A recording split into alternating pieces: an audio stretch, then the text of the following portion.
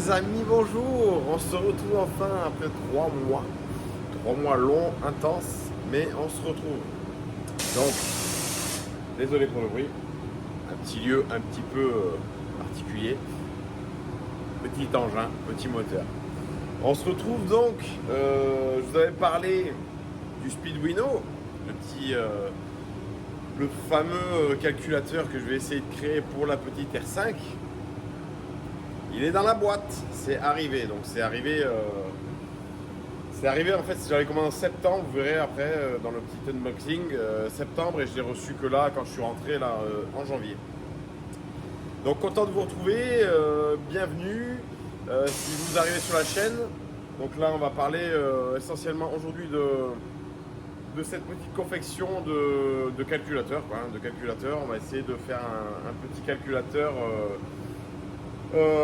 via un circuit imprimé qu'on reçoit, des composants qu'on soude, et ensuite on va faire tout un faisceau pour pouvoir y intégrer les capteurs, essentiellement les capteurs et tout ce qui est connexion via le PC, USB, la prise map, tout ça quoi, pour faire que le moteur fonctionne.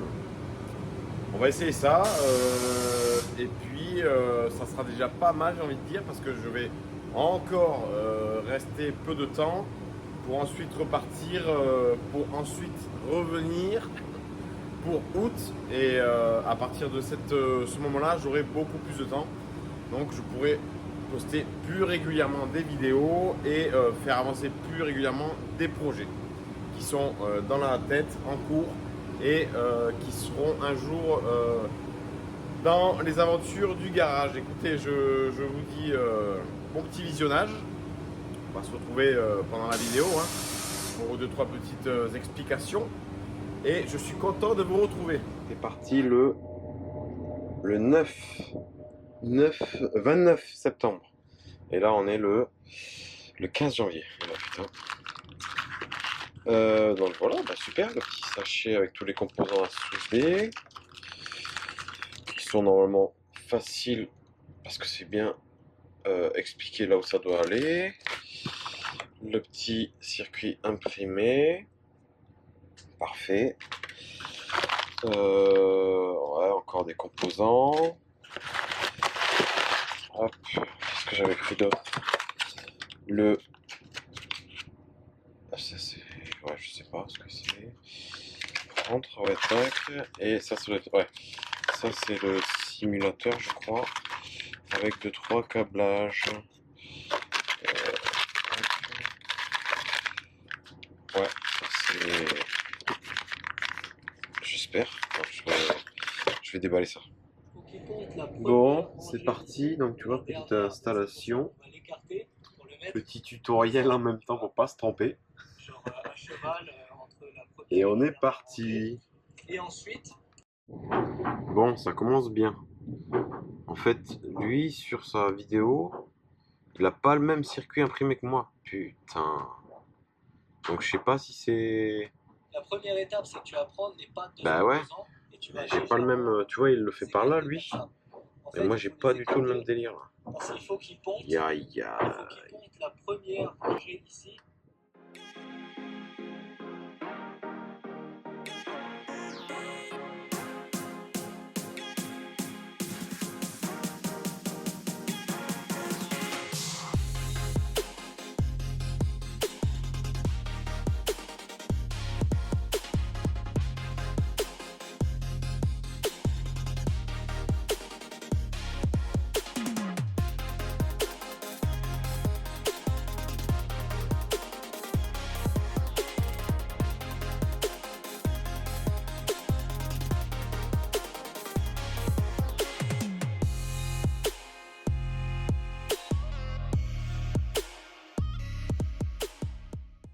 Bon les amis, je suis en train de me rendre fou.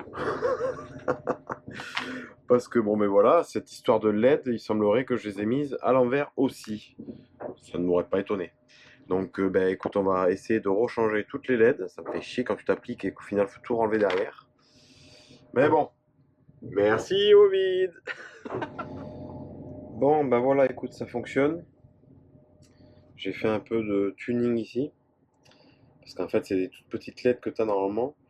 Mais il y a eu le problème qu'on sait là. Du coup, j'avais mis toutes les LED à l'envers. Et j'en ai grillé une. Donc là, j'avais ma Petzl, j'ai démonté et j'ai mis ces LED là à la place. Donc là, tu vois, tout fonctionne. La simu, tout est en cours, c'est bon. Pareil, le capteur, tu vois, lui là, le capteur de pression, le MAP là, le capteur MAP, il était livré en fait avec les pattes tordues de tel fait que quand tu le mets, bah, il tombe bien, mais dans le mauvais sens. Donc il a fallu que je le redessoude et le remette dans les bons ordres enfin dans le bon sens, quoi. Donc là tout est correct. Tu vois après donc j'ai réussi à foutre ma base tune. Après tu vois le potard là quand tu fais varier les tours. Là, tu as le capteur de position de la pédale. Là, tu viens jouer un petit peu sur la température d'air. Là, la température moteur, qui modifie un peu la richesse en fonction de la température. La température lambda, je peux la modifier aussi. Enfin, la température. La consigne de la lambda, je peux la modifier aussi. Et ensuite, tu as ta pression collecteur qui est là. Donc, tu vois, si je soude dedans, hein, elle varie. Donc ça veut dire que on est bon. Et ensuite le reste, donc la base tune, tu vois, elle est dedans. Donc là j'ai ma petite table, enfin j'ai une petite table. Après tout est prêt pour recevoir le câblage et faire un premier démarrage. Bon les amis, je suis rentré à Porto Rico, donc rentré dans une petite style nord-auto de chez nous. Et un petit tube de fuite d'air 5 chevaux, ça pourrait être pas mal ça. 19 $. Allez, on va prendre ça. Bon, tant qu'on y est, je vais vous faire un petit tour, comme ça vous voyez un petit peu comment c'est aux States. Après, il y a tout un petit peu les produits comme nous là. Les cols, les conneries. Ouais, tu vois, les huiles. Les petits produits, bon, c'est différent, hein, mais. Ouais, tu vois, t'as beaucoup plus de trucs pour les pneus et tout ça là. C'est différent. Après, tout ce qui est filtre, tout ça, on est dans les mêmes délires. Bon, c'est pas les mêmes pièces, mais on est dans les mêmes délires. Bon, enfin, pas tout à fait les mêmes délires non plus, parce que c'est quand même l'Amérique. Hein.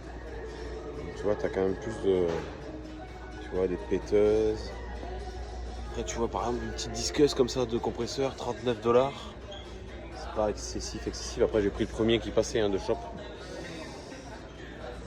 Tu vois, ouais, les chandelles, 49 $. Les petits crics, les petits gants.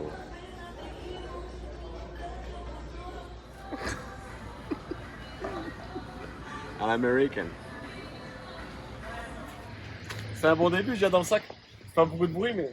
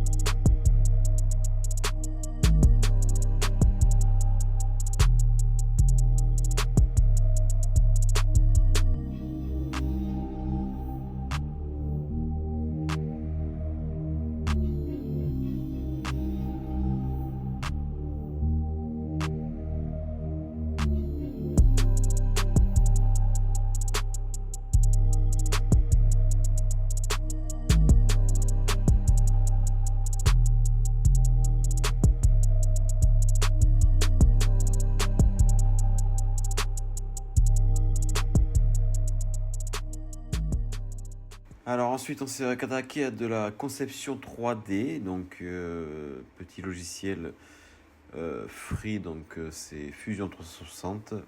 Donc on vient de créer un petit bloc pour recevoir le Speeduino. Alors voilà, j'ai regardé quelques vidéos avant d'y arriver, c'est assez facile, mais il y a quand même, c'est un peu technique à certains endroits. Donc il faut surtout créer des esquisses, venir les travailler, prendre des codes parce que ça rentre bien dans... que le Speeduino rentre bien dans le boîtier, quoi. Et qu'ensuite il faut calculer pour les fils ensuite qui vont passer dedans et tout ça. Donc là c'est un essai, on va l'imprimer ensuite avec une imprimante que je vais acheter. Comme ça, au moins, je serai tout à fait autonome sur la conception de ce petit calculateur.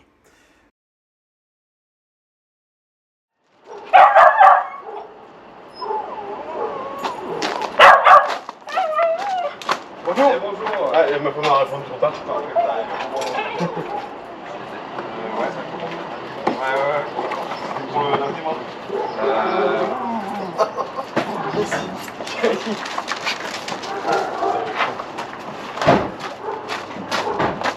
Petite imprimante. On va déballer ça. Comme ça, on va pouvoir imprimer les petits boîtiers pour le Speeduino. Saut des mots, je vais dire.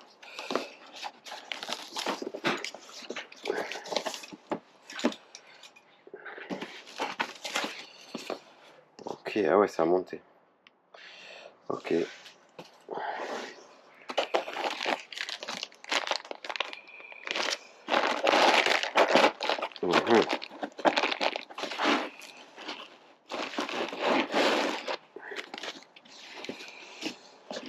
Ok, bon ben il y a un petit peu de montage à faire.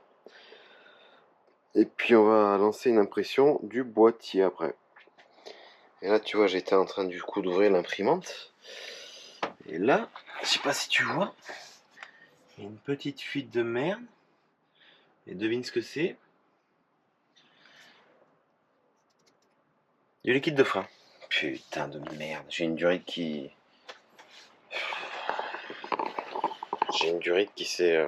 s'est diretressée, je sais pas ce qui s'est passé.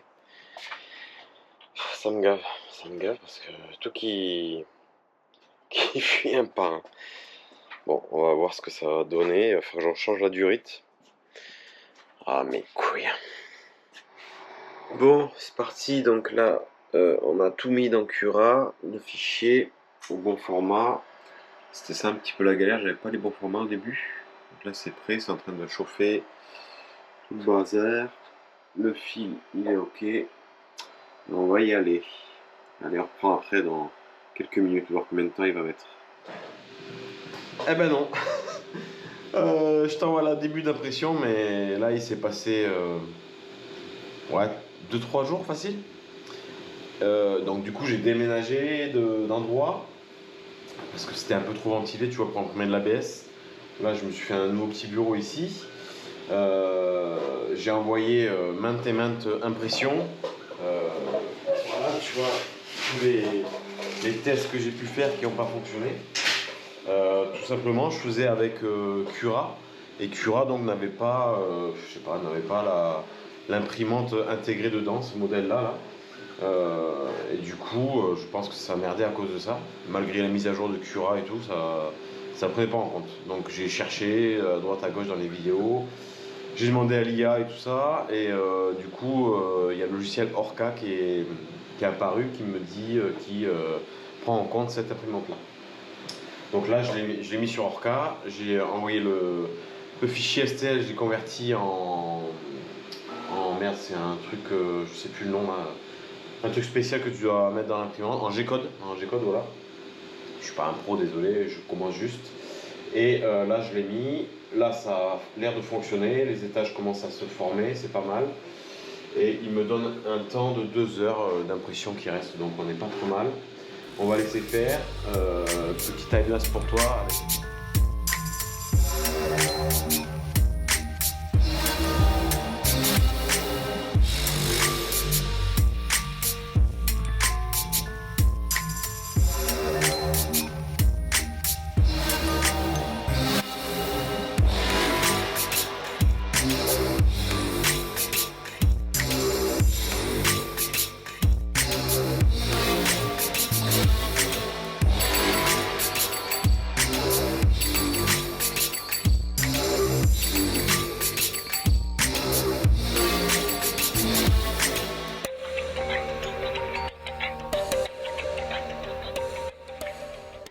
Bon, impression terminée.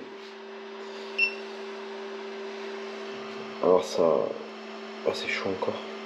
Mais ça va pas bien. Enfin, là, je sais pas si vous voyez, mais là il y a de la fissure, là il y a de la fissure, là il y a de la fissure. Bon, c'est de l'ABS. Normalement, de l'ABS c'est censé être enfermé. J'essaie de le décoller. Wow, là, c'est quand même bien tenu, mais là je vois que... Bon, je le décolle et on se reprend. C'est passé dedans, mais c'est pas... Tu vois, c'est passé dedans. Et voilà, le boîtier... Regarde un petit peu, donc tu vois... Là, le truc, on va dire les dimensions sont correctes. Mais ouais, ça... Les pros de l'imprimante, vous me direz en commentaire. Et je pense que vu que c'est de l'ABS et que j'étais pas dans une température, on va dire, constante, bah ça a fait des fissures comme ça, quoi. Bon, je vais commander du PLA et puis on va réessayer avec du PLA. Mais en tout cas, les dimensions sont bonnes, ça rentre pas mal. Ouais, bah c'était sûr que ça serait pas top du premier coup. Donc tu vois, après le but là, donc là je vais tresser gain thermo. Là j'ai mon capteur, mon truc USB. Après dans l'ensemble c'est pas trop mal. Enfin pas l'impression, mais le calculateur il est pas très gros quoi, au final, tu vois, c'est pas un truc de ouf. Bon, on va recommencer.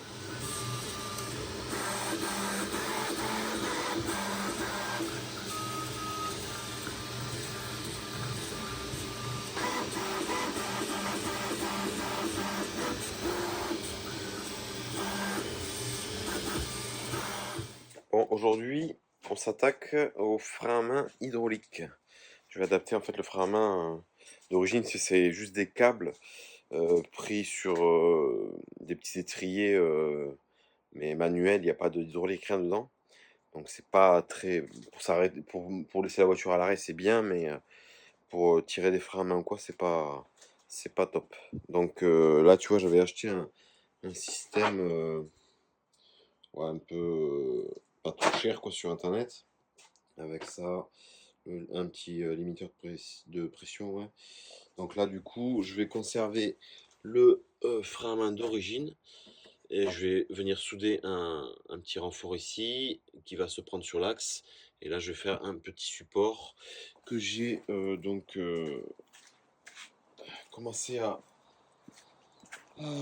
imprimer, si je me suis fait un rapport en carton, je vais le découper et après on va souder tout ça dessus au TIG tranquillement.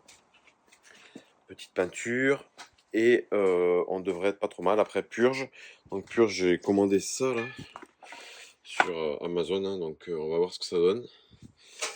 Et on sera pas trop mal, au moins on aura le frein à main que je garde pour l'écran, c'est pour le contrôle technique et tout. Ça pourrait être un truc qui pourrait être chiant vu que c'est de la sécurité, donc je préfère le mettre comme ça avec l'écran. Et on sera bien, et purge, et voilà, on sera bien.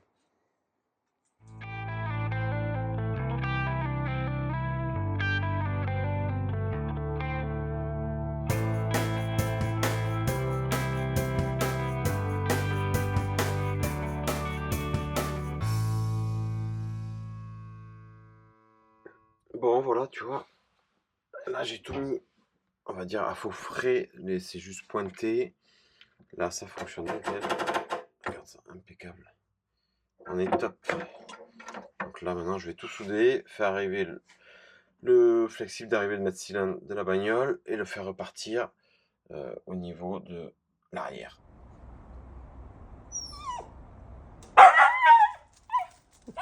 Alors, c'est bon, tu vois, tout est passé. C'est plutôt propre. Je suis content. Donc là, l'arrivée, le petit limiteur, le mètre cylindre, et on repart sur l'arrière. Donc là, nickel, c'est passé bien derrière aussi. Et maintenant, on va s'attaquer à la purge. Bon, tu vois, écoute, on met ça sous pression. Là, je l'ai purgé. Mais ouais, le filetage, bon, au début, c'est pas ouf ouf, mais après, ça va. Bon, après, j'ai purgé donc aux quatre coins. J'ai presque rempli la bonbonne. Et puis, ouais, c'est pas mal. Et le frein à main, là, ça a l'air d'être dur. Hein. Parce que là, tu vois, ça va, mais juste 3 crans. Hop, 3 crans et ça tourne. C'est quoi ce délire? Attends. Non, ouais, j'avais pas assez tiré. Ouais, ça a l'air d'être assez réactif. Du coup, tu vois, hier, j'avais commandé du coup un truc comme ça, là, tu sais, un connectique pour les 40 branches du Speedwino. Que j'ai coupé, c'était deux côtés femelle-femelle. Je les ai découpés, dénudés, étamés, et j'ai tout repéré, tu vois, au Matrix, toutes les sorties qui correspondaient aux fiches d'ici, donc de 1 à 40. Ça c'est repéré. Maintenant, j'ai plus qu'à plugger ça, on va dire, dans la fiche du Sodemo que j'ai actuellement. Donc le Sodemo, tu vois, j'ai la notice aussi. J'ai tout ce qui est entrée-sortie ici. J'ai déjà testé au Matrix, voir si ça correspondait, ça correspond. Et ensuite, on va plugger ça sur la fiche femelle du Sodemo, donc ici. Tu vois, avec tous les numéros qui correspondent aux entrées, aux sorties, bobines, injecteurs, capteurs, tout ça. Le but là aujourd'hui, c'est juste de tester comme ça. Et ensuite, si ça fonctionne, et ben, soit je trouve une prise comme ça, mâle qu'il y a sur le calculateur d'origine, et je viens plugger directement comme ça avec cette connectique là. Comme ça me permet de garder et le Sodemo et celui-là au cas où si jamais ça fonctionne pas. Ou soit je coupe directement à la broche du Sodemo et je passe que sur le Speedwino avec du coup une jonction avec des câbles et puis ça sera cette broche là qui ira. Le boîtier, il faut que je recommence encore parce que là, en fait, tu vois, j'avais fait un trou ici pour passer les câbles ici, mais je m'aperçois qu'en fait, là, ça va être emprisonné. Donc, si je dois sortir la broche là, je vais être emprisonné. Donc, je vais refaire un dessin sur Fusion. Là. Je vais faire une ouverture ici en carré. Le capot viendra dessus, tac, le capot dessus du calculateur.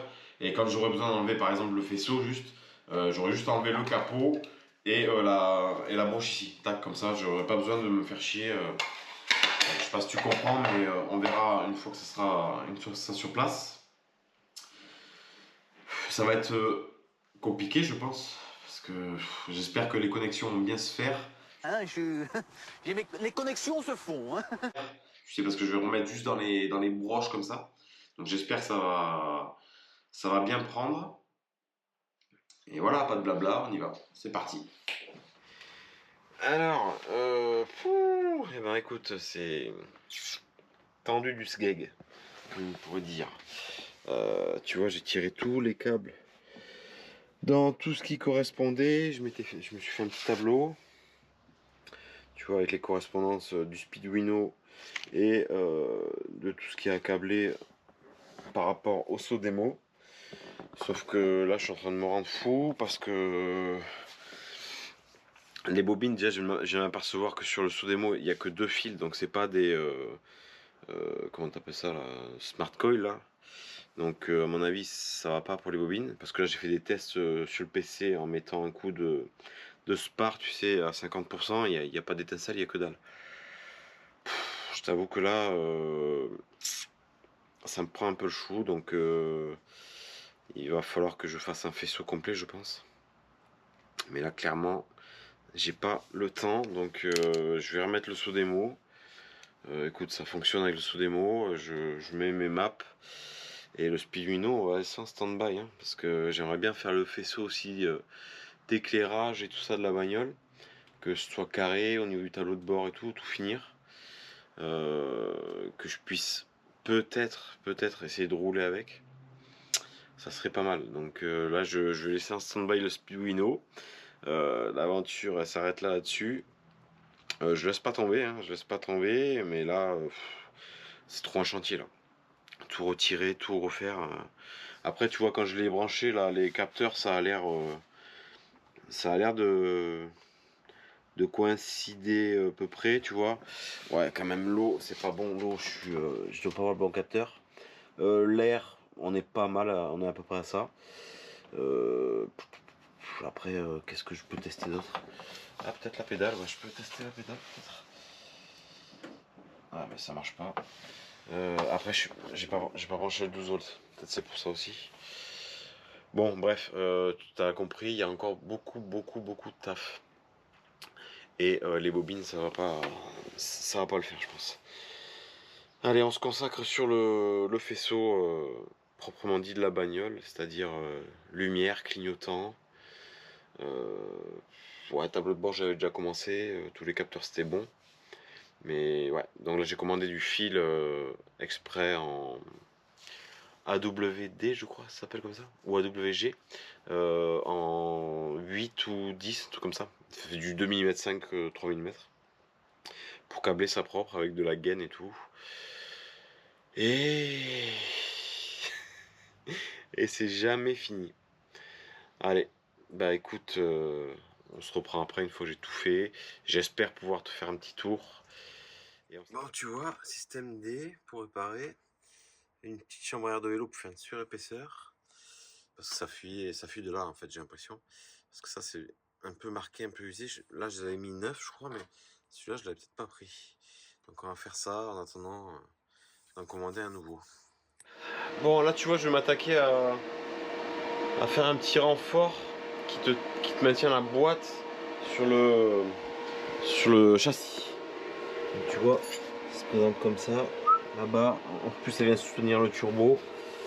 Donc là je vais souder ça ici, enfin pointer déjà, et après je souderai à l'extérieur.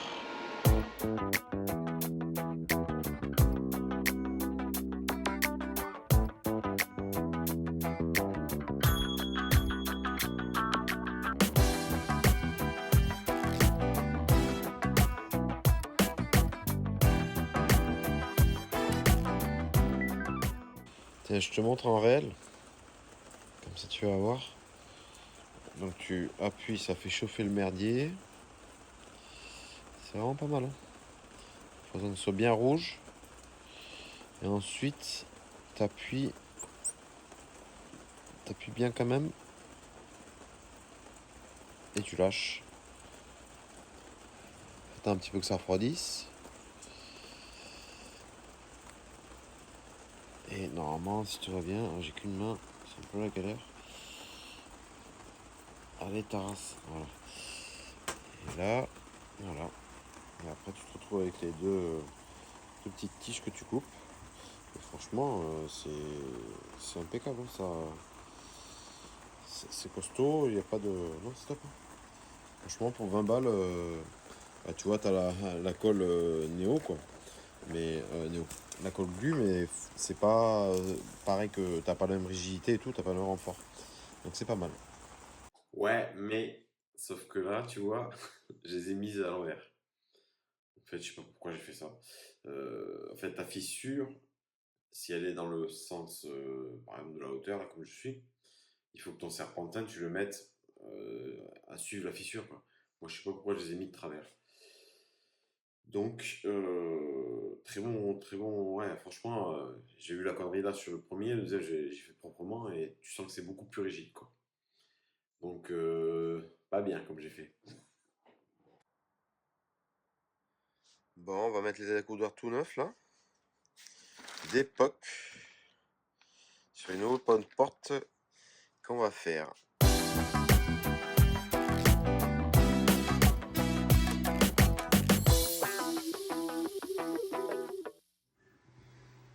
voilà, du coup, tu vois, au final, c'est impeccable.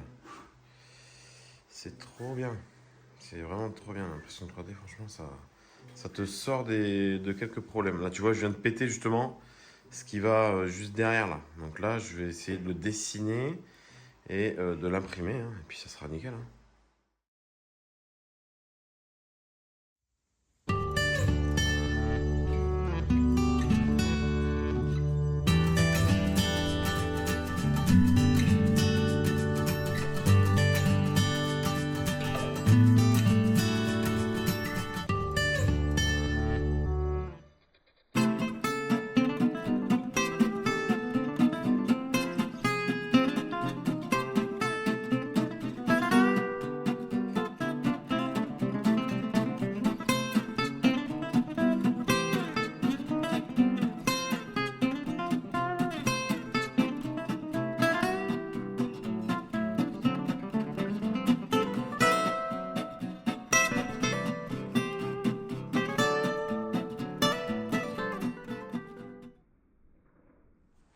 Bon, les amis, là, je suis fier de moi. En fait, je redoutais cette étape-là, en fait, vous savez, les panneaux de porte. Donc, ils étaient en mode juste noir comme ça, mais ça va pas avec le reste de la voiture. Donc, j'avais déjà tout, la moquette, les tissus et tout ça, donc il fallait juste essayer de le faire. Donc là, regardez un petit peu le résultat. On n'est pas mal du tout. Je trouve que c'est acceptable, on va voir. Après, donc comme je vous disais, j'ai les pièces d'origine là. Donc on va remettre ça là, les petits accoudoirs et tout là. Les impressions 3D que j'ai faites, et puis on sera pas mal, hein. Je pense que ça va être sympathique.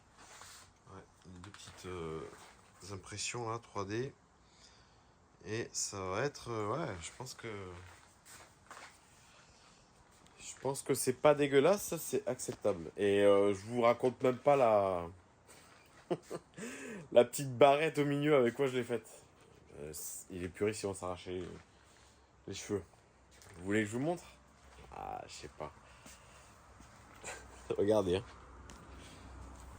Donc, là, on est sur... je sais pas si vous reconnaissez ça. La Focus, là. Donc, ce sont des trucs de rail de commode, là. Donc là, je les ai coupés là en biseau, là en biseau. Et ensuite, à l'intérieur, je peux y mettre une vis à tête conique, quoi. Et après, un petit coup de peinture. Et après, j'ai repercé du coup le panneau. Et franchement, je trouve ça plutôt assez trompe-l'œil, hein. Ça fait nickel chrome. Vous me direz dans les commentaires. Mais bon, je pense qu'on est pas mal. Allez, on se remonte ça. Voilà, c'est en place. Bon, ça a quand même un peu plus de gueule, hein. Je pense. Je sais pas ce que vous en pensez vous, mais c'est pas trop mal. Certains vont dire oui, mais il manque les sièges. Oui. Ils sont au chaud. Voilà. Pour l'instant, ça reste comme ça. On verra après. Mais là, ça fait sympathique, ouais. C'est pas mal.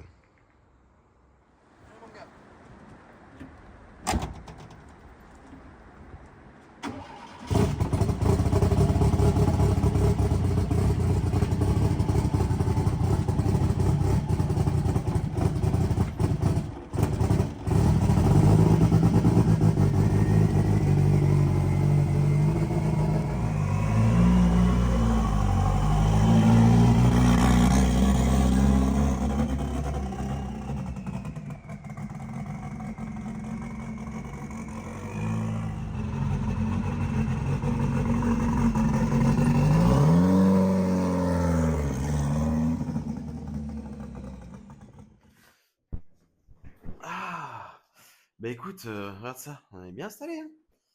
Il n'y a pas le volant, mais on est bien, on est bien. Allez, on boit un coup. Parce qu'en ce moment, j'ai la pâteuse sans arrêt. Il m'est arrivé un truc la semaine dernière, en fait, je sais pas.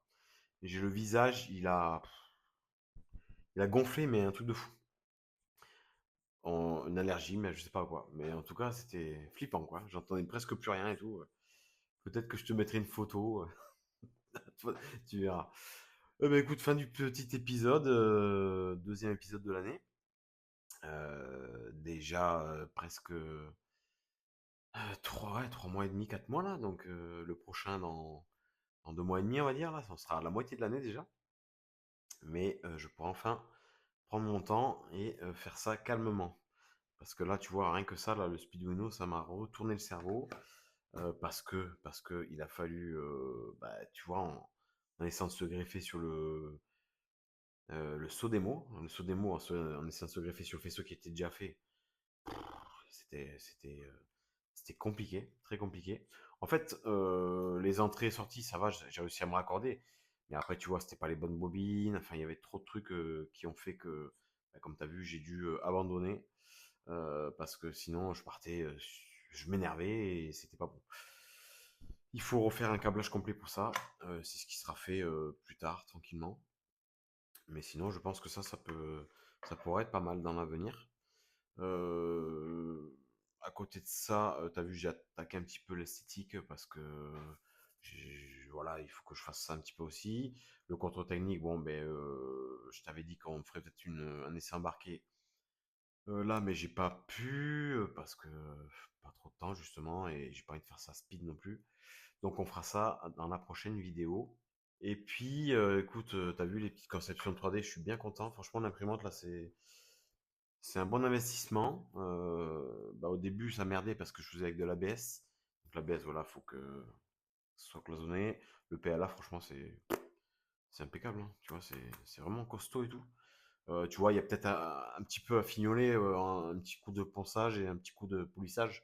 Si tu veux vraiment un truc nickel chrome, mais sinon, franchement, ça va. C'est parfait.